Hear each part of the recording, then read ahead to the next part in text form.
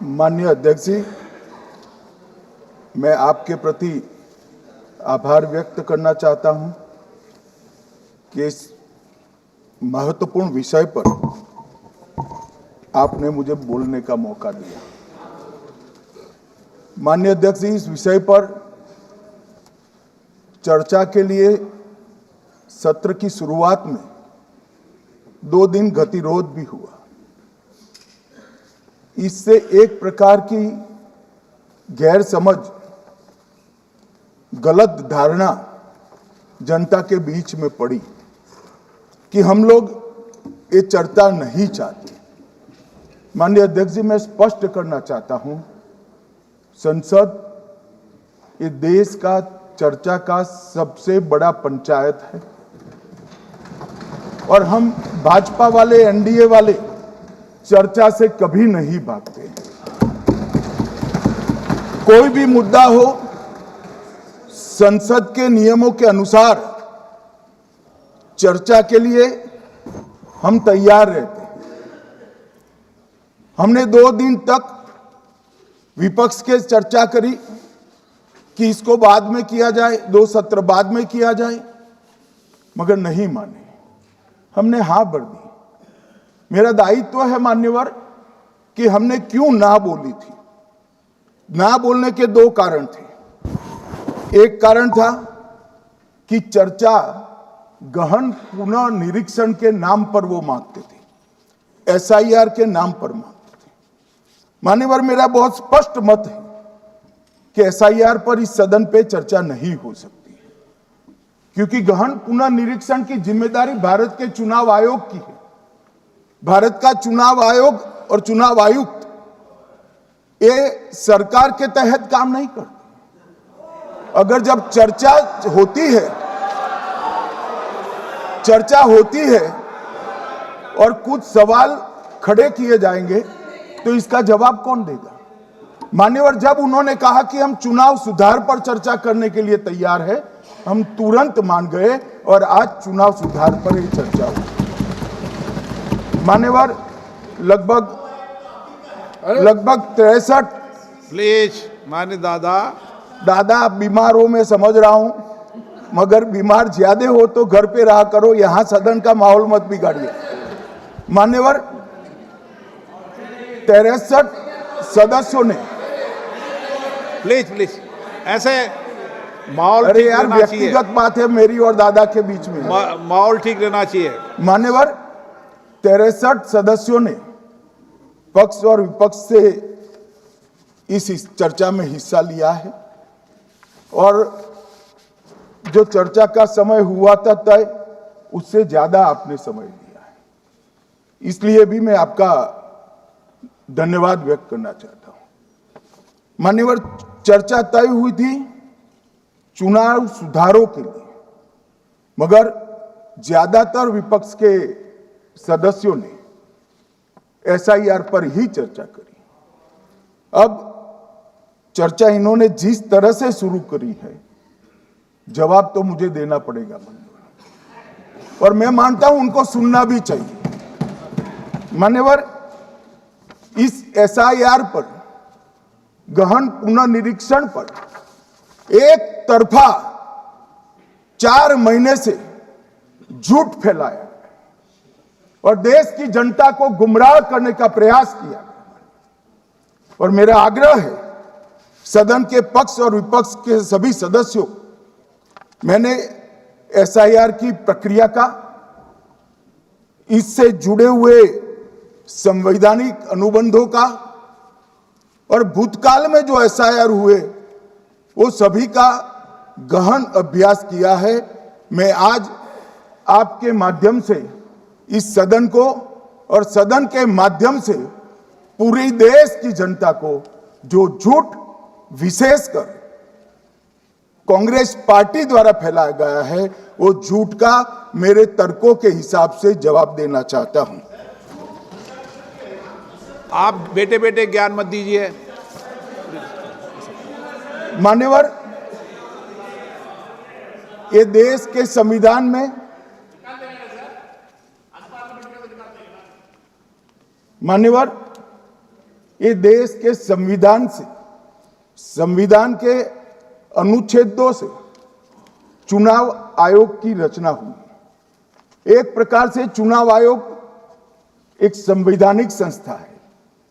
संविधान के अंदर चुनाव आयोग का गठन, उसकी शक्तियां, चुनावी प्रक्रिया, मतदाता की परिभाषा और मतदाता सूची को तैयार करने और उसके सुधारने के लिए की शक्तियां, इसके बारे में स्पष्ट प्रावधान किए गए।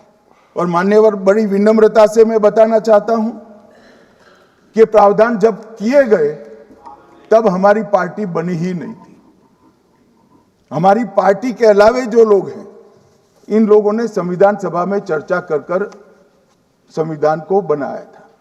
इसलिए ये पूरी चुनाव की प्रक्रिया जो संविधान के अंदर व्याख्यायित की गई है और आज जो हो रहा है, ये दोनों के बीच में क्या अंतर है और आरोप क्या है, इसको मैं जवाब देना चाहता हूं। माननीय, फ्री एंड फेयर चुनाव कराने का हमारा संविधान ने जिम्मेदारी चुनाव आयोग की तय की। मतदाता सूची बनाने की और मतदाता सूची में सुधार करने की जिम्मेदारी भी चुनाव आयोग को दी। अनुच्छेद संविधान के भाग 15 में अनुच्छेद 324, इसमें चुनाव आयोग का गठन, चुनाव आयुक्त की नियुक्ति, लोकसभा, राज्यसभा, विधानसभा, उपराष्ट्रपति और राष्ट्रपति, ये सभी चुनावों का संपूर्ण नियंत्रण संविधान ने चुनाव आयुक्त को दिया है। और चुनाव आयुक्त एक से ज्यादा हो तो इलेक्शन कमिश्नर को दिया है। अब 325 जो अनुच्छेद है, वो किसी भी पात्र मतदाता को मतदाता सूची से बाहर नहीं रखा जाता, इसका प्रावधान करता है। मगर 326 एक गहन पुनर्निरीक्षण के लिए, एसआईआर के लिए बहुत महत्वपूर्ण है।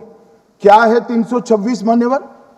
इन्होंने मतदाता की पात्रता, योग्यता और मतदाता होने की शर्तें आर्टिकल 326 में तय की है। और वो शर्तें क्या है? सबसे पहली शर्त है कि मतदाता भारत का नागरिक होना चाहिए, विदेशी नहीं होना चाहिए। ये सबसे पहली शर्त है। और ये कह रहे हैं कि चुनाव आयोग क्यों ये कर रहा है? भाई, इसका दायित्व है, इसलिए कर रहे हैं। दूसरी है 18 साल से ज्यादा आयु का व्यक्ति मतदाता बन सकता है। तीसरा, वैधता का निर्धारण मानसिक असमर्थता, अपराध और भ्रष्टाचार में संलिप्तता के लिए जो कानून ने समय समय पर तय किया है, इसके पर। तो ये 3 पात्रताओं के आधार पर भारत के मतदाता होने की बात तय होती है। और ये 3 चीजें किसने देखनी है मान्यवर? चुनाव आयुक्त को देखनी है। चीफ इलेक्शन इलेक्शन कमीशन मतलब चीफ इलेक्शन कमिश्नर और कमिश्नर्स ने देखनी है। और 327 में मतदाता सूची, सीमांकन, चुनाव संचालन और उसके लिए कानून बनाने की सिफारिश संसद को करने की सत्ता चुनाव आयोग को दी है। कल हमारे सदस्य मनीष तिवारी कहते थे गहन पुनर्निरीक्षण का इनको अधिकार ही नहीं है। आर्टिकल 327 पूर्ण अधिकार देता है कि मतदाता सूची इस व्याख्या के आधार पर बनाने का अधिकार चुनाव आयोग को है। मान्यवर, अब एसआईआर पर ही सवाल उठा दिए। मान्यवर, इन्होंने कहा कि एसआईआर आज क्यों हो रहा है। मैं इनको थोड़ा इतिहास बता, और मान्यवर एक नई फैशन हो गई, इतिहास बताते हैं तो नाराज हो जाते हैं कि आप इतिहास मत बताइए। अरे भला कोई भी प्रक्रिया, कोई भी देश, कोई भी समाज इतिहास को छोड़कर कैसे आगे बढ़ सकता है? इतिहास कोई भी समाज का महत्वपूर्ण अंग है। मान्यवर, हमारे लोकतांत्रिक इतिहास की शुरुआत 1952 से हुई। तो सबसे पहला गहन पुनर्निरीक्षण SIR कब हुआ? 1952 में। SIR की क्या जरूरत है वो कहते हैं, इसलिए मैं कहता हूं। तो उस वक्त प्रधानमंत्री कौन थे? जवाहरलाल नेहरू। किस पार्टी से थे? कांग्रेस पार्टी से। दूसरा कब हुआ? 1957 में। फिर जवाहरलाल नेहरू प्रधानमंत्री थे, कांग्रेस पार्टी से थे। तीसरा हुआ 61 में, उसमें भी जवाहरलाल नेहरू प्रधानमंत्री थे और कांग्रेस पार्टी थे। 65-66 में भी हुआ, एक ही गहन पुनर्निरीक्षण 2 साल में हुआ। उस वक्त भी श्री लाल बहादुर शास्त्री प्रधानमंत्री थे, कांग्रेस पार्टी थे। 83-84 में हुआ, इंदिरा जी थी। 87-89 में हुआ, राजीव गांधी थे। 92-93-95 में हुआ, नरसिम्हा राव थे। 2002 और 3 में हुआ, तब श्री अटल बिहारी वाजपेयी थे। मान्यवर, 2004 में गहन पुनर्निरीक्षण समाप्त हुआ, तब डॉक्टर मनमोहन सिंह जी प्रधानमंत्री थे। तो 2, 3, 4 का एक गहन पुनर्निरीक्षण हुआ, SIR हुआ। उसमें 2 साल NDA के प्रधानमंत्री थे, भाजपा के थे, और 1 साल डॉक्टर मनमोहन सिंह। 2004 के बाद सीधा 2025 में गहन पुनर्निरीक्षण हो रहा है और इस वक्त हम हैं। एक पूरा गहन पुनर्निरीक्षण SIR की प्रक्रिया का आज तक 2004 तक किसी भी दल ने विरोध नहीं किया है। मान्यवर, क्योंकि ये चुनाव को पवित्र रखने की प्रक्रिया है, चुनाव के उद्देश्यों को, लोकतंत्र को स्वस्थ रखने की प्रक्रिया है। अगर लोकतंत्र में चुनाव जिसके आधार पर होते हैं वो मतदाता सूची ही प्रदूषित है, तो चुनाव कैसे साफ और सुथरे हो सकते हैं? समय समय पर मतदाता सूची का गहन पुनर्निरीक्षण जरूरी है, इसलिए चुनाव आयोग ने फैसला किया कि 2025 में इसको किया जाएगा। मान्यवर, एक बीच में एक घटना मैं जरूर कहना चाहूंगा। 2010 में एक चुनाव आयुक्त महोदय ने निर्णय किया कि रिटर्निंग ऑफिसर को मतदाता सूची में से नाम काटने का अधिकार नहीं है, और उसके बाद से किसी की मृत्यु हुई तो भी नाम नहीं कटते थे, कोई एक क्षेत्र से दूसरे क्षेत्र में गया तो भी नाम नहीं कटते थे। एक व्यक्ति का ट्रांसफर हो गया तो कोयम्बटूर से वो शिमले चला गया, भारत सरकार का कर्मचारी है, तो उसका नाम कोयम्बटूर में भी रहता था, शिमला में रहता था, क्योंकि 2010 में,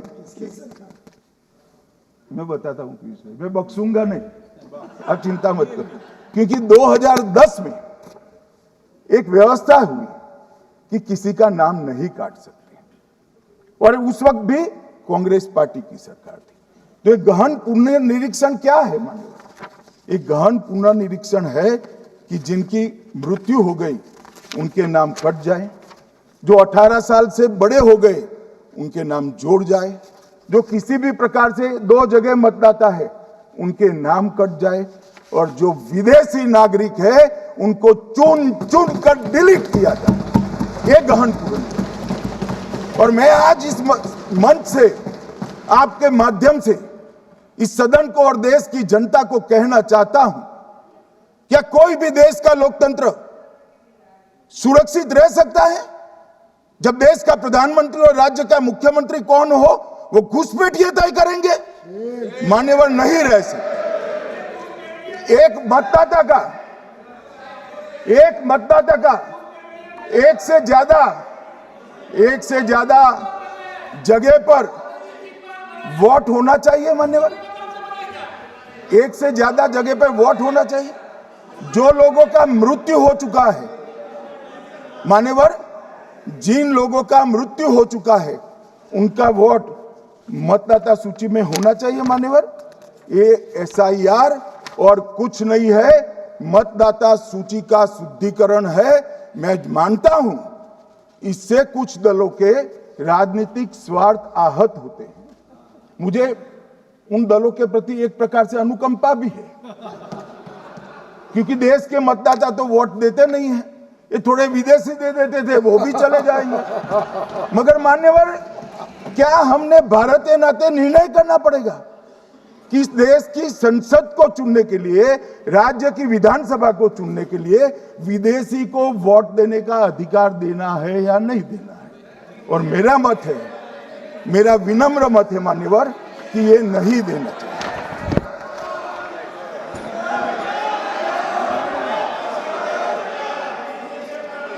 दादा बैठ जाइए प्लीज प्लीज। मान्यवर,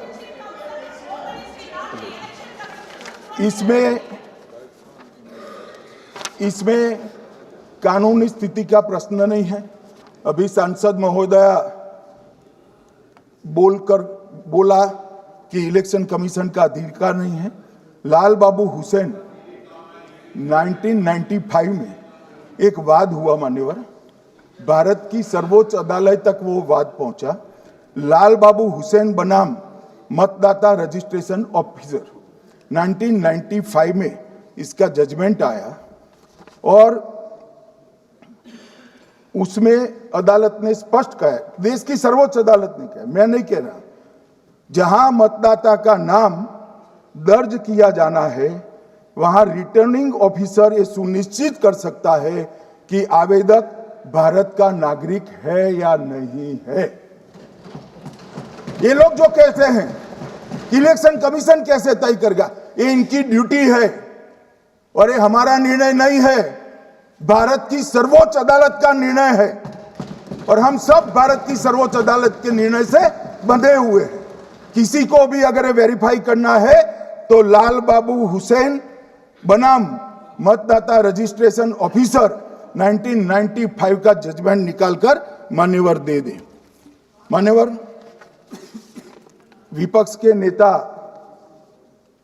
राहुल गांधी जी ने 5 नवंबर 2025 को एक प्रेस कॉन्फ्रेंस में परमाणु बम फोड़ा। अब वो परमाणु बम के अंदर उन्होंने कहा कि हरियाणा में एक ही घर में 501 वोट पड़ गए। चुनाव आयोग ने इतनी स्पष्टता करी कि हाउस नंबर 265 कोई छोटा मकान नहीं है और 1 एकड़ का पुश्तैनी प्लॉट में अनेक परिवार बस रहे, मगर वहां हर परिवार के घर का नंबर नहीं दिया गया है, इसलिए सब जगह हाउस नंबर 501 दिया गया और एक परिवार की तो 3 पीढ़ियां साथ में रह सकती है। और पुराने नंबर से ही जब हरियाणा में कांग्रेस की सरकार चुनी गई तब से ये नंबर इसी तरह से चल रहा है।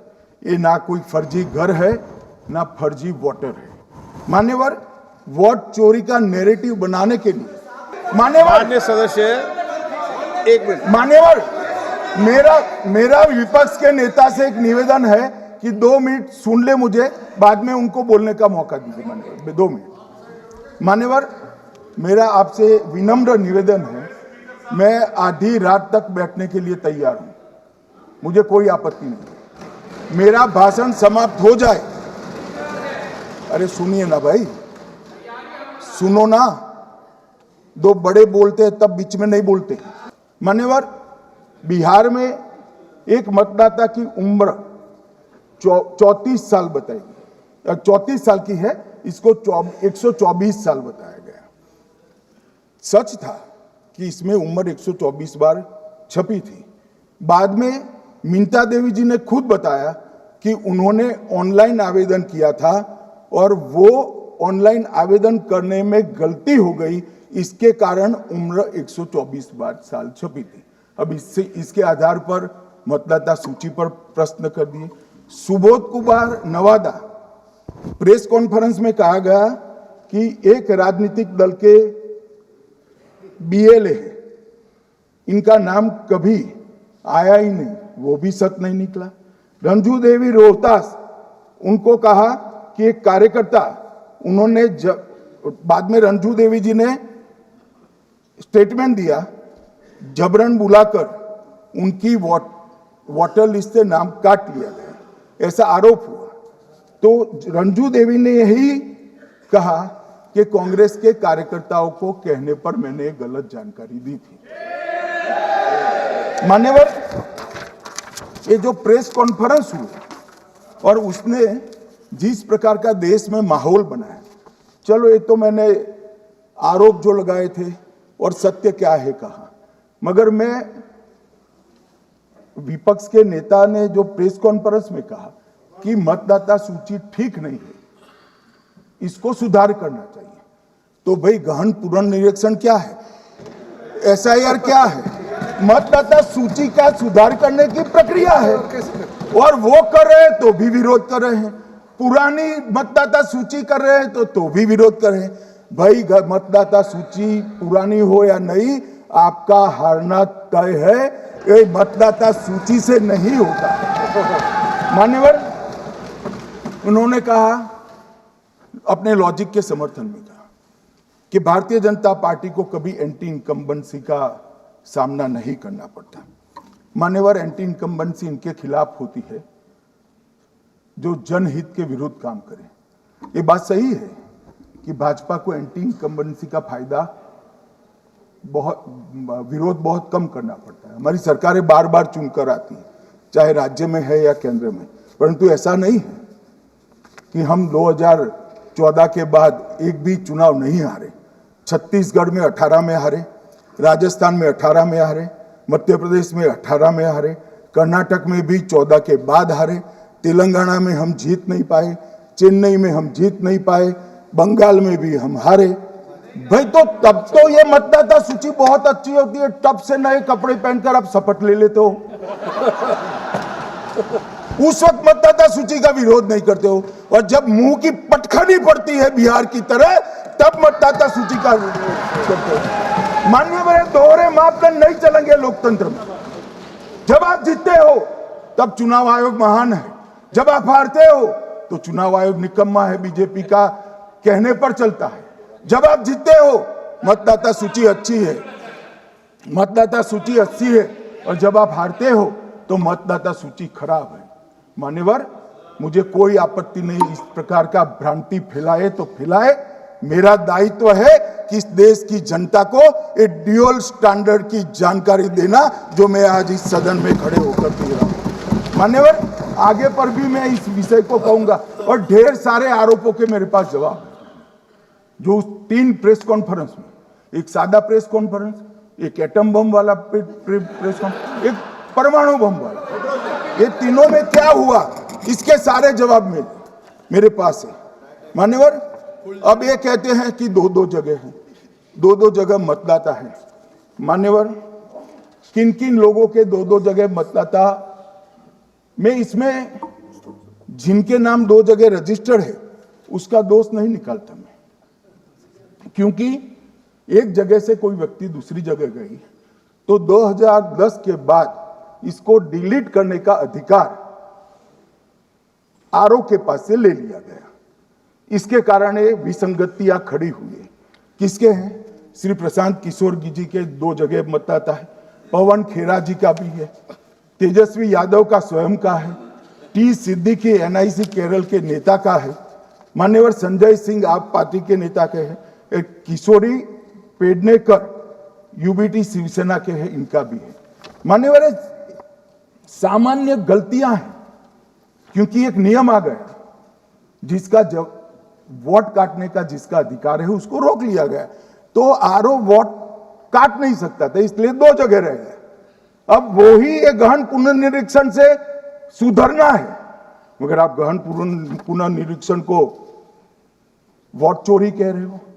मान्यवर, वोट चोरी किसको कहते हैं वो मैं बताना चाहता हूं, और हमारे यहां कुछ परिवार ऐसे हैं जो पूछते नहीं वोट चोरी करते। मान्यवर, पहली बात मैं स्पष्ट करना चाहता हूं, मैं 30 साल से विधानसभा और संसद में जनप्रतिनिधि के रूप में चुनकर आता हूं। मुझे लंबा अनुभव है संसदीय प्रणाली का। विपक्ष के नेता महोदय कहते हैं कि पहले मेरी बात का आप जवाब दीजिए, मैं सुनना चाहता हूं। आपकी मुनसफी से संसद नहीं चलेगी, मेरे यहां बोलने का क्रम मैं तय करूंगा। इस तरह से नहीं चलेगी संसद। मान्यवर, उनको धैर्य रखना चाहिए, उनको धैर्य रखना चाहिए मेरा जवाब सुनने का। इनकी एक एक बात का जवाब मैं दूंगा, मगर मेरे भाषण का क्रम वो तय नहीं कर सकते, मैं करूंगा, क्योंकि मैं बोल रहा हूं।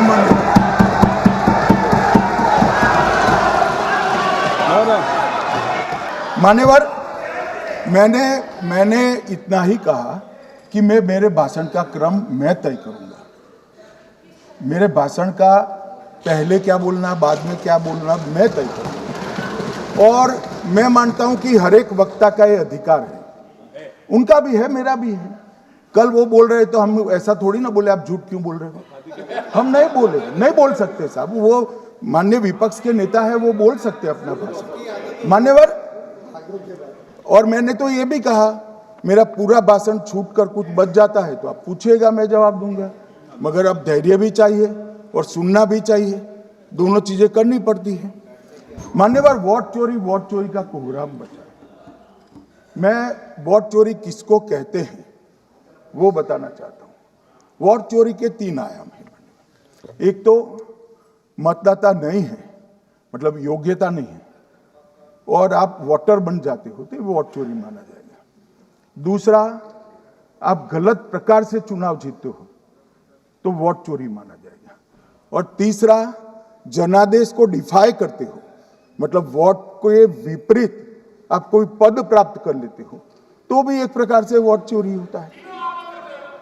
अरे सुनो ना, क्यों जल्दबाजी करते हो मानिकम, क्यों? अब मैं 3 वोट चोरी की घटनाएं बताना चाहता हूं। सबसे पहली घटना हुई आजादी के बाद देश का प्रधानमंत्री तय करना था। तय कौन करना था? तो उस वक्त के जितने प्रांत थे इसके कांग्रेस के अध्यक्षों ने, उनके एक एक वोट से तय होना था। अब 28 वोट श्री सरदार पटेल को मिले और 2 वोट जवाहरलाल नेहरू जी को मिले।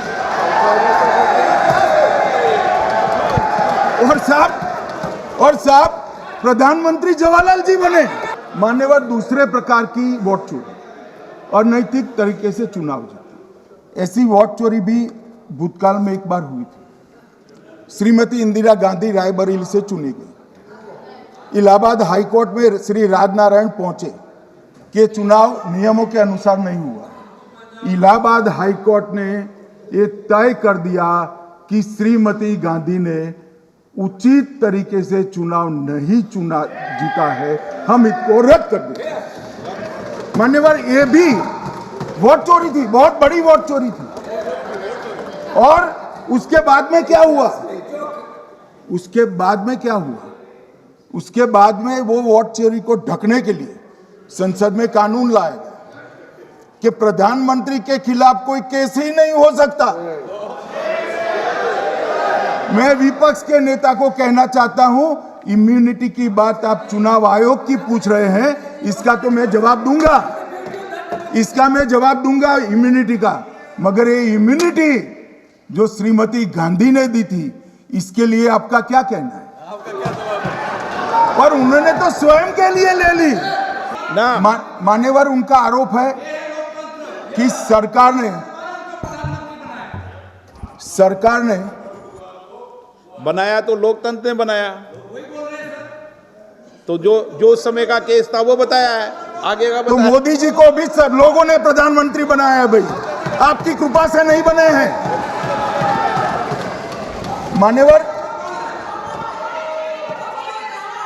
मान्यवर, विपक्ष के नेता ने कहा कि आपने चुनाव आयुक्तों को इम्यूनिटी दी।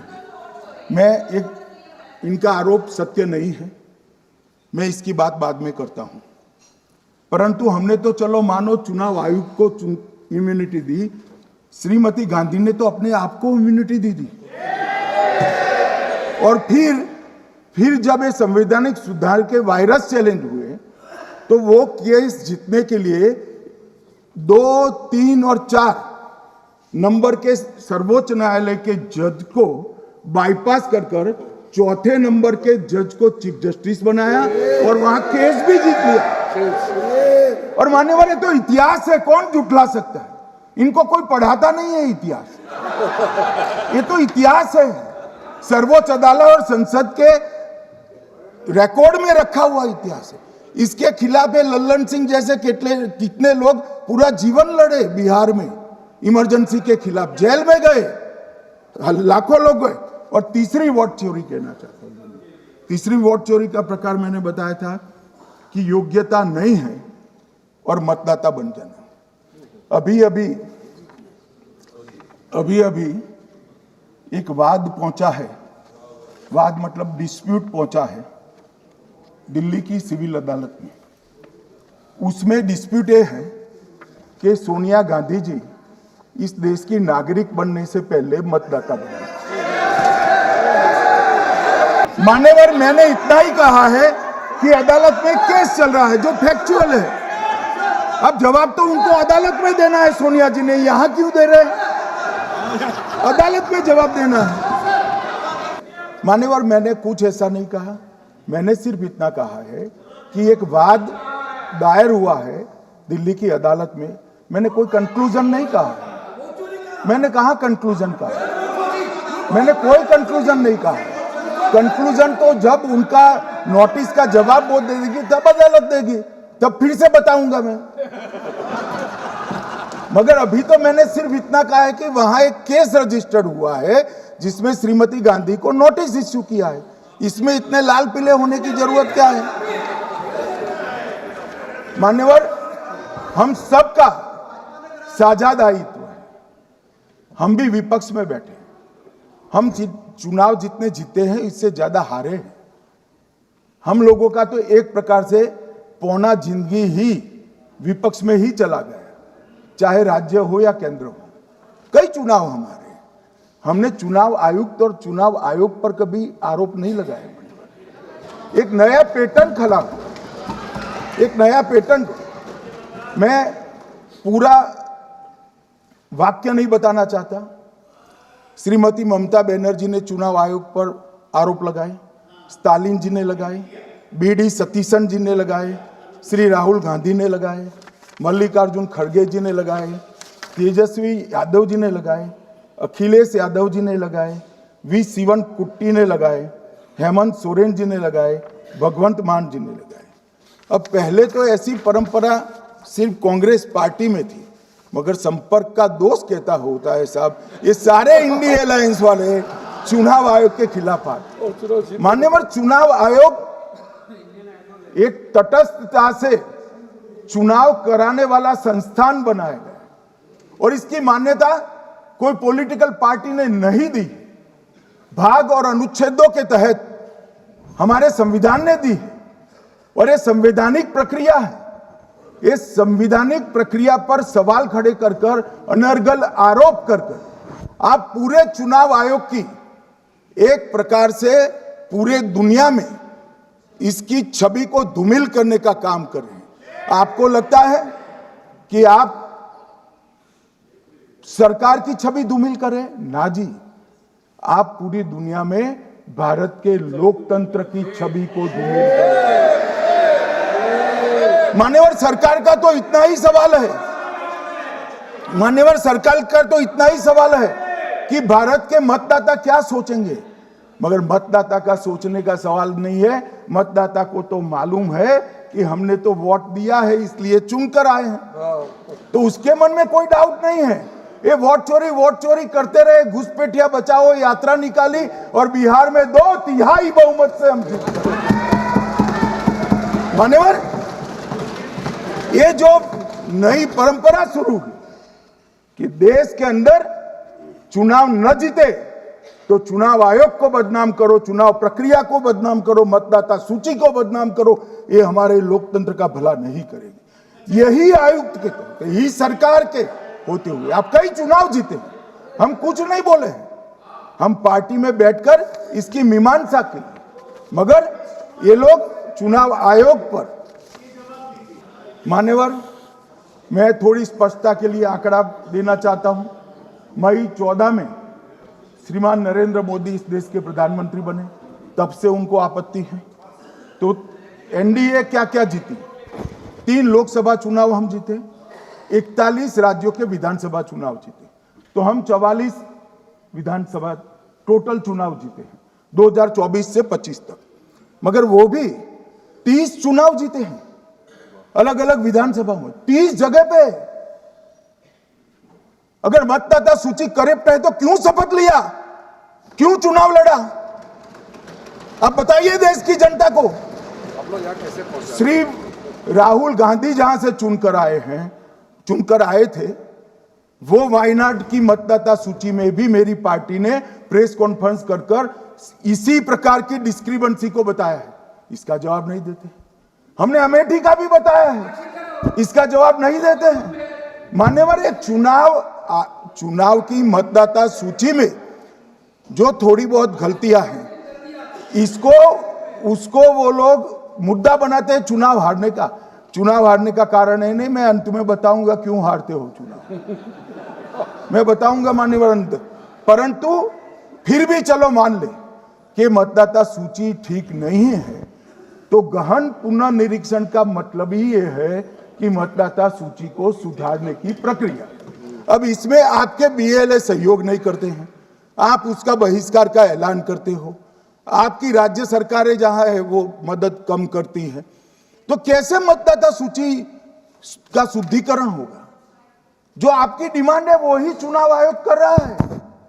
आपकी डिमांड है कि मतदाता सूची ठीक हो, वो चुनाव आयोग कर रहा है। मगर हुआ क्या है मान्यवर मालूम है? इनको अब अगर प्रेस में कोई पत्रकार उनको पसंद ना आए ऐसा सवाल पूछते हैं तो तुम बीजेपी के एजेंट हो ऐसा कहते हैं। मान्यवर, सवाल जो भी हो उसको लेना चाहिए। मान्यवर, पत्रकार कभी बीजेपी का एजेंट नहीं होता है। मगर आप अगर ऐसा मानते हो कि लोकतंत्र में आपको पसंद आए ऐसे ही सवाल पत्रकार पूछे, तो ये नहीं हो सकता। इमरजेंसी नहीं है भाई, इमरजेंसी नहीं है। मान्यवर, एक प्रेस में कोई सवाल पूछता है तो कहते हैं बीजेपी के एजेंट हो, केस हारते हैं तो जज पर आरोप कर देते हैं, चुनाव हारते हैं तो ईवीएम पर आरोप करते हैं, ईवीएम की दलील अब गले नहीं उतरती तो वोट चोरी का मुद्दा लेकर आए, वोट चोरी का मुद्दा लेकर पूरा बिहार में यात्रा निकाली, फिर भी हार गए। अब हारने का कारण आपका नेतृत्व है, ये हारने का कारण ईवीएम और मतदाता सूची नहीं है। और अगर ये मानते हैं मान्यवर, अगर ये मानते हैं कि इनको कोई पूछने वाला नहीं है, भगवान करे मैं गलत पड़ जाऊं, कांग्रेस के कार्यकर्ता इनका हिसाब मांगेंगे। एक दिन कांग्रेस के कार्यकर्ता इनका हिसाब मांगेंगे कि इतने चुनाव कैसे हार गए। मान्यवर, कोई जज आजादी के इतने साल में नहीं हुआ है मान्यवर कि कोई जज एक जजमेंट दे तो जज के खिलाफ इंपीचमेंट लेकर आते हैं। अपनी वोट बैंक को एड्रेस करने के लिए इंपीचमेंट लेकर आते हैं मान्यवर। और ये सारे ने तो साइन कर दिया, साथ ही साथ उद्धव जी ने भी साइन कर दिया। उद्धव जी, जजमेंट क्या है? एक पहाड़ी पर मान्यता है कि यहां सबसे ऊपर दिया जलाया जाए। मान्यवर, एक वोट बैंक को संभालने के लिए एक हाईकोर्ट के जज के सामने इंपीचमेंट लेकर आए हैं। देश की जनता उनको मदद नहीं करे। मान्यवर, 2014 के बाद हारने की परंपरा शुरू हुई। हारने की परंपरा शुरू होने के बाद हाँ जीते ही है, मगर हारने की भी परंपरा हुई है। मान्यवर, हारने की परंपरा शुरू करने के बाद इन्होंने सबसे पहले ईवीएम को निशाना बनाया। आज मैं आपके माध्यम से सदन को और सदन के माध्यम से देश की जनता को बताना चाहता हूं, ईवीएम कौन लेकर आए इस देश में? मान्यवर, कौन लेकर आए? 15 मार्च 1989 को जब राजीव गांधी इस देश के प्रधानमंत्री थे, तब ईवीएम लाने का कानूनी बदलाव किया गया था। अब राजीव गांधी के ईवीएम के कानून का भी विरोध कर रहे हैं। मान्यवर, इसके बाद में, अरे सुनो ना क्या प्रक्रिया हुई। इसके बाद में ईवीएम के खिलाफ किसी ने याचिका करी। इस देश की सर्वोच्च न्यायालय के 5 जजों ने बैठकर ईवीएम के कानूनी बदलाव को 2002 में उचित ठहराया। मानो राजीव गांधी को भी नहीं मानते, सर्वोच्च अदालत को भी नहीं मानते हैं। फिर 98 में मध्य प्रदेश, राजस्थान और दिल्ली, इसमें सिर्फ 16 विधानसभाओं में इसका ट्रायल लिया गया। कितना केयरफुल है ये भी बताता हूं। हुडा बैठो, ये भी कितना केयरफुली चुनाव आयोग आगे बढ़ा है। मध्य प्रदेश, राजस्थान और दिल्ली, ये राज्यों की सिर्फ 16 विधानसभा में इसका ट्रायल लिया गया। हर प्रकार से चेक कर ईवीएम का उपयोग सबसे पहली बार पूरे देश में 2004 में हुआ। 2004 का महत्व है माननीय, सबसे पहले 2004 में हुआ। पूरे लोकसभा चुनाव हमारे समय में ईवीएम का उपयोग हुआ। लाए राजीव गांधी, वहां से लेकर 2004 तक। और 2004 के चुनाव में कौन जीता भाई? वो जीत गए। उस वक्त ईवीएम की चर्चा बंद। 2009 का चुनाव हुआ, पूरा ईवीएम से हुआ, ये जीत गए। चुप्पी साध ली। 2014 में सब हम जीते तो कौ चालू कर दी। वो सरकार में थे मान्यवर, ये क्या है? जब कानून आप लाए, मशीन आपने इंट्रोड्यूस किया, चुनाव आप पहला जीते मशीन से, दूसरा चुनाव जीते, मौत से 10 साल राज किया और हार गए तो फिर रोते हैं। मान्यवर, देश की जनता मानती है इसको। और दूसरी बार जब चुनाव आयोग को भी लगा कि सच्चे झूठे आरोप होते हैं, तो इस पर रिसर्च की एक प्रक्रिया हुई। मानिएगा 5 साल रिसर्च के बाद वीवीपीएटी की इंट्रोडक्शन हुआ। ये वीवीपीएटी क्या है? मैं जब वोट दबाता हूं तो समझ गए दादा, धन्यवाद मान्यवर। मैं जब वोट दबाता हूं तो मैंने कमल के निशान पर वोट दबाया, तो पास में एक पर्ची निकलती है कि आपका वोट कमल के निशान पर रजिस्टर हो गया है। फिर भी आरोप हुए कि पर्ची वाले ये 2 अलग होते। तो चुनाव आयोग ने निर्णय किया कि 5% ईवीएम और वीवीपैट के परिणाम कंपेयर होंगे। तो मशीन खुला, इसमें 396 वोट मिले। तो वीवीपैट में कितने वोट मिले, तो 396 है या नहीं है, ये 5% मशीनों में मिलता है। मान्यवर, मैं आंकड़े लेकर आया हूं चुनाव आयोग को पूछकर आज कि कितने वीवीपैट और मशीन का मिलान नहीं हुआ।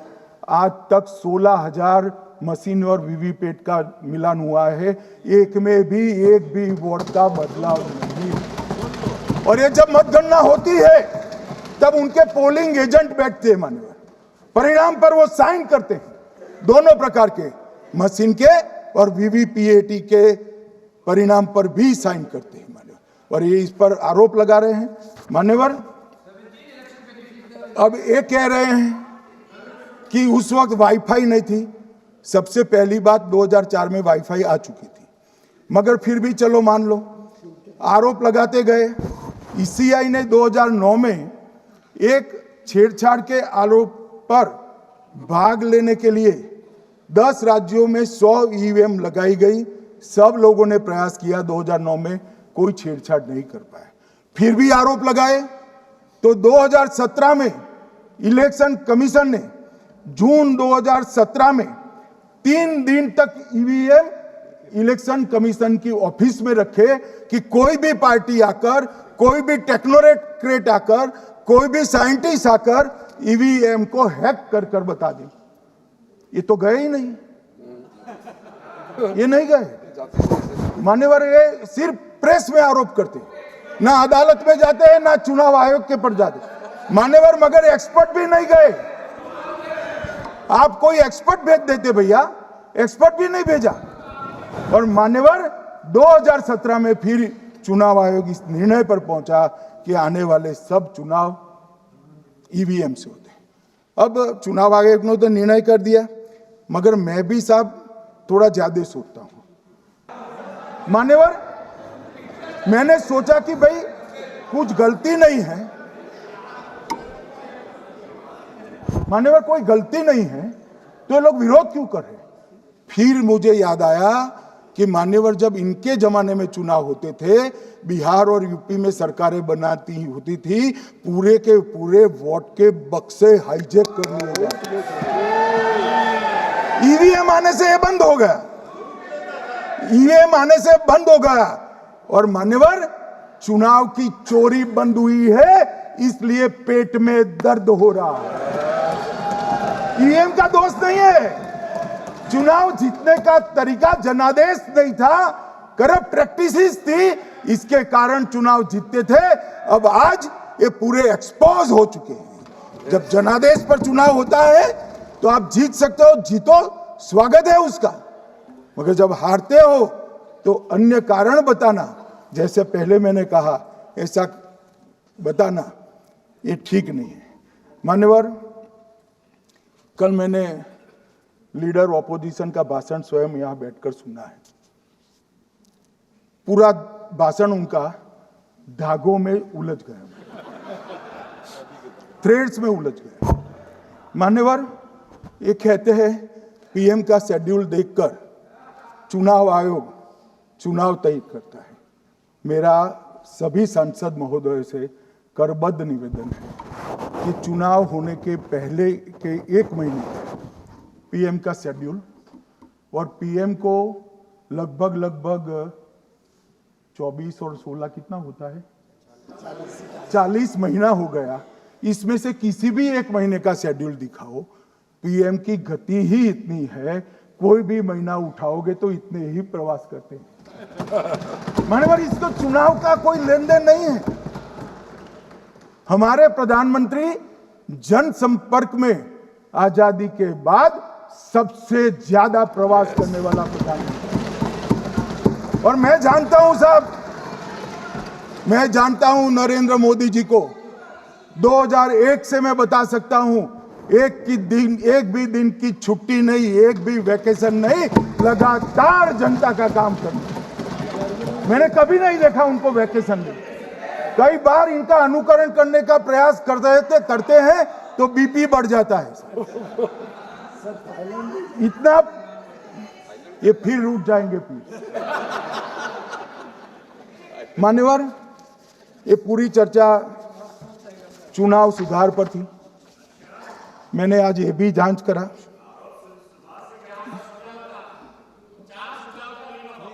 सुनो ना, जरा धैर्य रखो भाई। मान्यवर, मैंने आज सुबह चुनाव आयोग के वहां जांच कराई।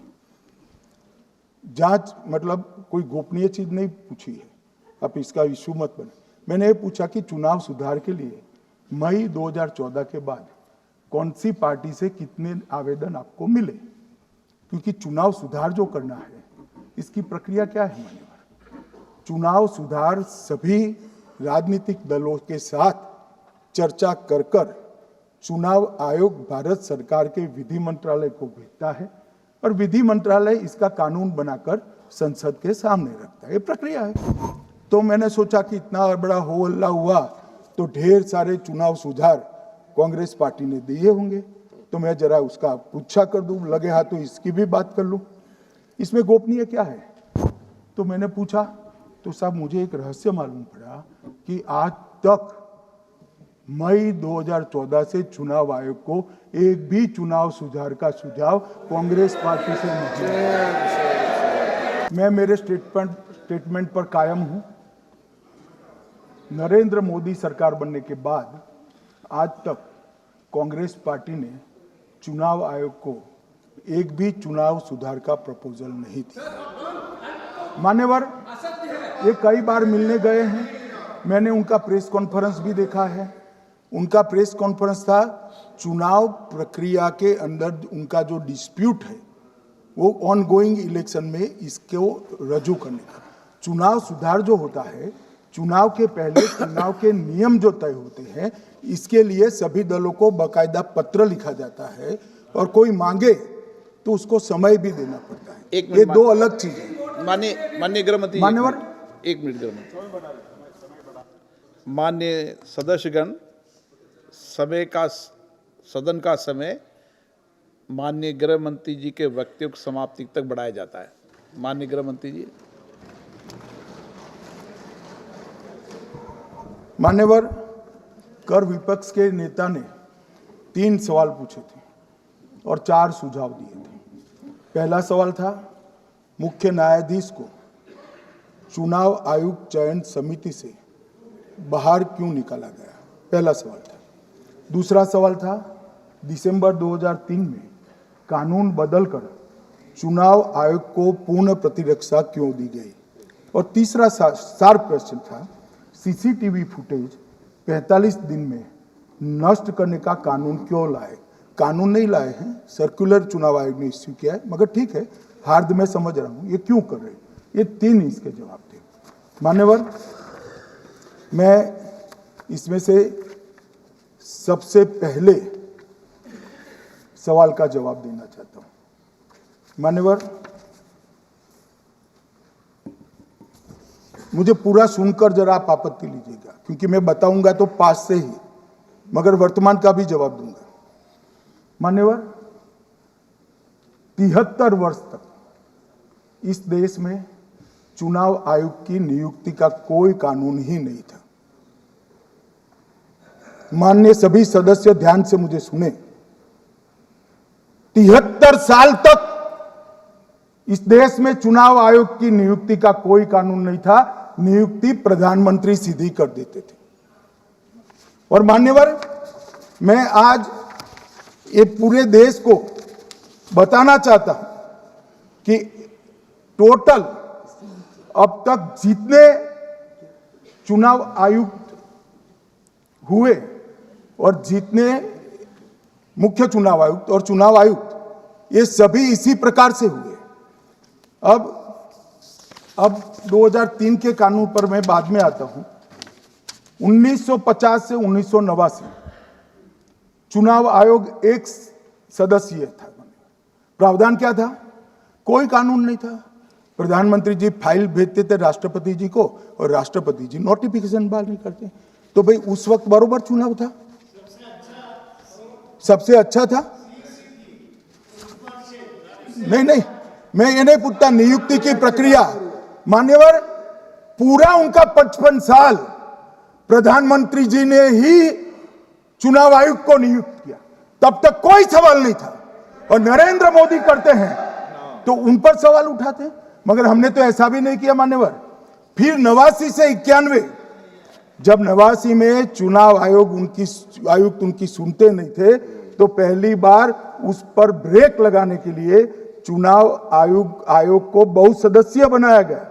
ये बिहार के चुनाव के कारण ही हुआ, परंतु वो भी प्रधानमंत्री की फाइल से ही अपॉइंट होते हैं। और मान्यवर, 21 चुनाव आयुक्त, कमिश्नर और मुख्य चुनाव आयुक्त, और 21 और 29 इस प्रकार से हुए जिसमें कोई प्रधानमंत्री जी ही रखते थे। कांग्रेस पार्टी ने ही यह परंपरा बनाई थी, कानून भी कांग्रेस पार्टी ने बनाया था।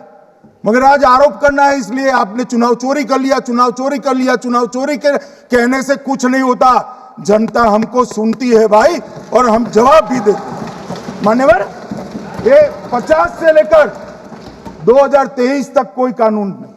बाद में 2023 में एक अनूप वरणवाल बनाम भारत सरकार मुकदमा हुआ। उसमें सुप्रीम कोर्ट ने कहा कि भाई चुनाव आयुक्त की नियुक्ति थोड़ी पारदर्शी होनी चाहिए। सुझावी था, ऑर्डर नहीं था। हमारे सॉलिसिटर जनरल ने वहां कंसेंट दी, तो उन्होंने कहा कि भाई हमें कानून बनाने में थोड़ी देर लगेगी और हमें इस पर कंसल्टेशन भी करना पड़ेगा, चुनाव आयोग से भी करना पड़ेगा। तो उन्होंने कहा ठीक है, अगर आप सहमत हैं, मैं जजमेंट और आर्गुमेंट पढ़कर अगर आप सहमत हैं तो जब तक कानून नहीं बनता चीफ जस्टिस ऑफ इंडिया की अध्यक्षता में एक कमेटी बने और प्रधानमंत्री और विपक्ष के नेता इसके मेंबर। हमें कोई आपत्ति नहीं थी, हमने हाँ बोला सर। और विपक्ष के नेता भी थे, प्रधानमंत्री थे और सीजे। 2023 में कानून बन गया। कानून क्या बना? विपक्ष के नेता, प्रधानमंत्री तय करेंगे, वो एक मंत्री और स्वयं प्रधानमंत्री, ये तीन लोग बैठकर चर्चा कर मेरिट्स में चुनाव आयुक्त और मुख्य चुनाव आयुक्त की नियुक्ति करेंगे। मान्यवर, हमारे टाइम में तो और पारदर्शी, ये कह रहे हैं हमारा तो 33% ही हिस्सा है। वही 33% तो है ना, हमारा तो हिस्सा ही नहीं था। और मान्यवर, मैं रिकॉर्ड से बताता हूं, 2012 में सीयूसी की नियुक्ति होनी थी। अडवाणी जी ने सुझाव दिया लिखकर कि एक प्रणाली बना जाए, नहीं बनाया और BS संपत जी को सीधा चुनाव आयुक्त बना दिया। उसके बाद में भी एक व्यक्ति कैसे है इसकी चर्चा है। नवीन चावला, जिसको आपातकाल की भूमिका पर शाह आयोग ने कहा था ये निष्पक्ष नहीं है, उनको मुख्य चुनाव आयुक्त बना दिया। जबकि मुख्य चुनाव आयुक्त गोपाल स्वामी ने इनके खिलाफ पक्षपात के सबूत भी भेजे, खारिज कर दिए। मान्यवर, सुने नहीं। हमारे समय में ऐसा कभी नहीं हुआ है। हमारे समय पर विरोध होता है, मगर पक्षपात के सबूत किसने नहीं दिए हैं। और भाई, जहां तक 66% और 33% का सवाल है, आप कह रहे हो कि वहां 2 लोग होते हैं और आप एक होते हैं, ये तो हम तय नहीं करते हैं। 140 करोड़ की जनता तय करती है कौन 66 होगा और कौन 33। यहां कौन बैठेगा वो तो 140 करोड़ लोग तय करते हैं। वो आपके लिए तय करोगे तो आप 66 हो जाओगे, मगर आप तो 100 रख कर गए थे, हमने उसको 33 दे दिया। मान्यवर, ये क्या सवाल उठाते? और वो समझते हैं कि मैं बोलता हूं तो बस ये ब्रह्म वाक्य होगा। ऐसे नहीं होता है मान्यवर, हर चीज के तर्क होते हैं। इनका जो भाषण तैयार करते हैं वो भी ठीक से नहीं करते, रिसर्च नहीं करते। मान्यवर, इन्होंने सीसीटीवी फुटेज 45 दिन में इलेक्शन कमीशन ने नष्ट करने का निर्णय किया, इस पर आपत्ति उठाई। मान्यवर, जन प्रतिनिधित्व अधिनियम 1951 की धारा 81 में एक प्रावधान है। प्रावधान क्या है? उम्मीदवार चुने जाने के बाद 45 दिन में चुनाव याचिका दायर कर सकते हैं। 45 दिन के बाद इसको कोई चुनौती नहीं दे सकता। ये नियम 1991 में बना, तब उस वक्त सीसीटीवी फुटेज नहीं था। सीसीटीवी फुटेज बाद में चुनाव आयोग ने एक सर्कुलर से रूल्स में बदलाव कर ऐड किया। अब किया क्या है चुनाव आयोग ने?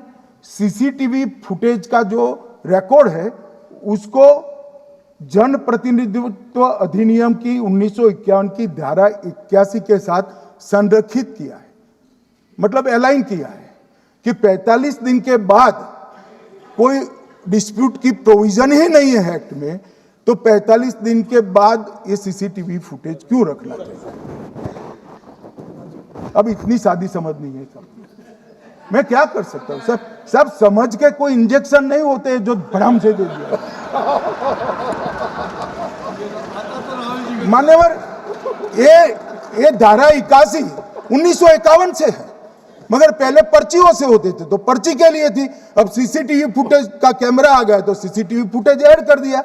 मान्यवर, उन्होंने कहा, और इस वक्त जब सीसीटीवी फुटेज जब प्रक्रिया में ऐड किया, तब स्पष्ट चुनाव आयोग ने कहा था कि सीसीटीवी रिकॉर्डिंग संवैधानिक दस्तावेज नहीं है, ये आंतरिक प्रबंधन है। किस चीज का आंतरिक प्रबंधन? कि चुनाव सीज होने के बाद कोई पुनः मतदान की अर्जी करता है कि भाई ये मतदान मथक में चुनाव ठीक नहीं हुआ, तो चुनाव आयोग जो निर्णय करता है वो सीसीटीवी फुटेज के आधार पर करता है। पहले मौखिक करता था, टेक्नोलॉजी आई, सीसीटीवी फुटेज स्वीकार कर लिया। अब ये आंतरिक प्रबंधन के लिए है मान्यवर। फिर भी चुनाव आयोग का जो निर्णय है मैं बताता हूं। उन्होंने कहा सामान्य जनता को एक्सेस होना चाहिए। रूल्स बनाया गया है, सामान्य व्यक्ति सीसीटीवी फुटेज उच्च न्यायालय में जाकर 45 दिन के अंदर ऑर्डर करा सकता है। अब ये कहेंगे 45 दिन में जजमेंट नहीं आएगा, मगर उच्च न्यायालय इतना ऑर्डर कर सकता है कि ये सीसीटीवी फुटेज आप डिस्ट्रॉय मत करना। मान्यवर, राजनीतिक दलों को एक्सेस देने का उन्होंने प्रावधान करा है, तो वो चुनाव को चैलेंज करे राजनीतिक दल 45 दिन के अंदर।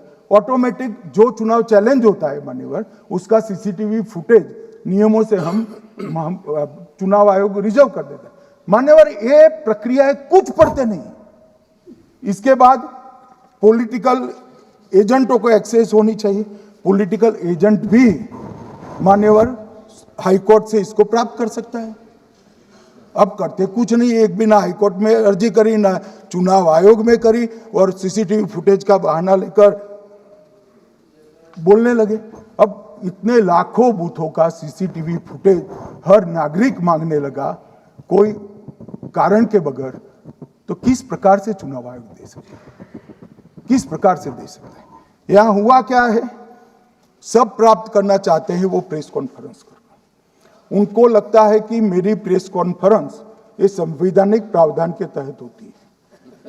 ऐसा नहीं होता है। वे प्रेस कॉन्फ्रेंस जो करते हो जिन मुद्दों का, इसकी लीक कर अर्जी दे दो, टपक से मिल जाएगी सारी दिख, मगर अर्जी नहीं करते, कोर्ट में नहीं जाते हैं, चुनाव आयोग में नहीं जाते हैं, और चुनाव चोरी हो गया, चुनाव चोरी हो गया, चुनाव चोरी हो गया करते।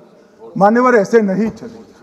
इस देश को, लोकतंत्र को आप धूमिल नहीं कर सकते, और सबने सीखना चाहिए, और भाषण ढंग से तैयार करने का भी सीखना चाहिए। मान्यवर,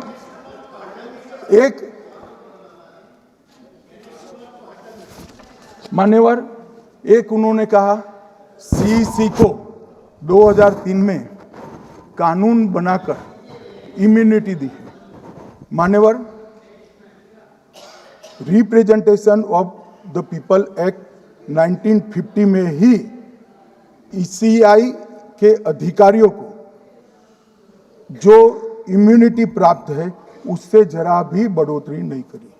हमने सिर्फ रिप्रेजेंटेशन ऑफ 1951 के एक्ट को पुनरावृत्ति की है। मान्यवर, आरपीए एक्ट की धारा 32 और आरपीए एक्ट 51 के सुधार की धारा 146C कहती है कि चुनाव आयोग के कोई भी अधिकारी, जिसमें इलेक्शन कमिश्नर आ जाते हैं, इस पर कोई मुकदमा चुनाव प्रक्रिया के लिए नहीं चल सकता। ये प्रावधान है मान्यवर, और वो प्रावधान को 23 के कानून में इसको भी हमने संरेखित किया है मान्यवर। इतने सारे वकीलों को राज्यसभा दे रखी है, भगवान जाने क्या करते हैं सर, अपने नेता को ब्रीफ भी नहीं करते। मान्यवर, ये वाक्य आप निकाल सकते हैं, ये वाक्य निकाल सकते हैं। मान्यवर, फिर ये सब हो रहा कल देर रात को मान्यवर मैं मेरा भाषण तैयार कर लूं, तो मैंने अपने आप को पूछा कि ये सब इतना स्पष्ट है तो ये मुद्दा क्यों उठा रहे? मेरी समझ में अगर इतना पढ़कर आता है तो उन्होंने भी तो पढ़ा होगा। ये मुद्दा क्यों उठा रहे? मूल मुद्दा है अवैध घुसपैठियों को मतदाता सूची में रखने का। मान्यवर, ये 200 बार भी बहसकार करेंगे, एक भी अवैध घुसपैठियों को इस देश में हम वोट नहीं देंगे। ये हमारे एनडीए का पॉलिसी है मान्यवर। डिटेक्ट मतलब ढूंढो, डिलीट करो, मतदाता सूची में नाम काटो और उनको डिपोर्ट करो। हम संवैधानिक प्रक्रिया कर डिटेक्ट, डिलीट और डिपोर्ट ये पूरा करेंगे। ये क्यों सदन छोड़कर भाग गए? मैं इनके सामने तो कोई बात भी नहीं कर रहा था, ना कांग्रेस पार्टी के सामने बात कर रहा था। मैं तो बात कर रहा था घुसपैठियों को देश के बाहर निकालने की। अब ये तो देखिए साहब, अगर मैंने इतने सारे आरोप करे श्री जवाहरलाल नेहरू पर, इंदिरा गांधी पर, इनके पिताजी पर, सोनिया जी पर, तब भागते तो लाजिम था। ये घुसपैठियों को लिए भाग गए क्योंकि उनकी हमारी पॉलिसी है डिटेक्ट, डिलीट और डिपोर्ट। उनकी पॉलिसी है नॉर्मलाइज कर दो घुसपैठ को, उसके बाद में मान्यता प्रदान कर दो और चुनाव में मतदाता सूची में डालकर फॉर्मलाइज कर दो। मगर साहब ये लंबे समय तक नहीं चलना। मैं मेरे मन से मानता हूं, मेरे पार्टी के सिद्धांत तो है ही, मगर मैं मानता हूं कि जनसांख्यिकी में इतना बड़ा परिवर्तन देश के लिए बहुत बड़ा खतरा है। यह देश एक बार जनसांख्यिकी के आधार पर बढ़ चुका है और हम नहीं चाहते कि आने वाली पीढ़ी ये देश के भी बंटवारे दिखे। इसलिए ये बहुत जरूरी है कि इस देश से घुसपैठ को रोकना पड़ेगा। मान्यवर, ये कहते हैं कि घुसपैठ हो रही है, भारत सरकार की जिम्मेदारी नहीं है। मान्यवर, मैं आज बताना चाहता हूं, घुसपैठ हो रही है भारत बांग्लादेश की सीमा से। वहां पर कुल 2216 किलोमीटर बॉर्डर है, इसमें से 1653 किलोमीटर बॉर्डर बन चुकी है। अब 563 कहां बाकी रही है मान्यवर मालूम है? केवल और केवल एक राज्य बंगाल। आसाम का पूरा हो गया, मेघालय का पूरा हो गया, त्रिपुरा का पूरा हो गया, जम्मू कश्मीर का पूरा हो गया, पंजाब का पूरा हो गया, राजस्थान का पूरा हो गया, गुजरात का पूरा हो गया, खाली बंगाल का बाकी रखा है। और मैं आज कहना चाहता हूं टीएमसी के लोगों को भी, ये राहुल जी के साथ में रहकर घुसपैठिया बचाओ यात्रा बिहार में निकली, साफ हो गए। आप भी घुसपैठियों को बचाओगे तो वहां भारतीय जनता पार्टी का विजय तय। मान्यवर, ये कहते हैं कि घुसपैठ क्यों हो रही? आप बॉर्डर नहीं बनाने देते, फेंसिंग नहीं करने दोगे, घुसपैठ नहीं होगी। फिर भी चलो, मैं पूछना चाहता हूं कि घुसपैठ होकर सबसे पहले घुसपैठिया कहां आता है? कहां आता है? तो गांव में आता है। पटवारी को मालूम नहीं पड़ता, गांव के थाने वाले को मालूम नहीं पड़ता। इसकी मतदाता सूची में नाम डालने के लिए आधार कार्ड कहां बनता है? वहीं बनता है। उसका राशन कार्ड कहां बनता है? बंगाल में बनता है। और मतदाता सूची में कौन सी मतदाता सूची में ऐड होता है? तो बंगाल में होते। आपकी कोई जिम्मेदारी नहीं है। मान्यवर, ये देश के भविष्य और सुरक्षा के साथ खिलवाड़ कर रहे। कभी कभार चुनाव तो जीत जाओगे घुसपैठियों के आधार पर, परंतु इस देश की सुरक्षा को आप ताक पर रखो।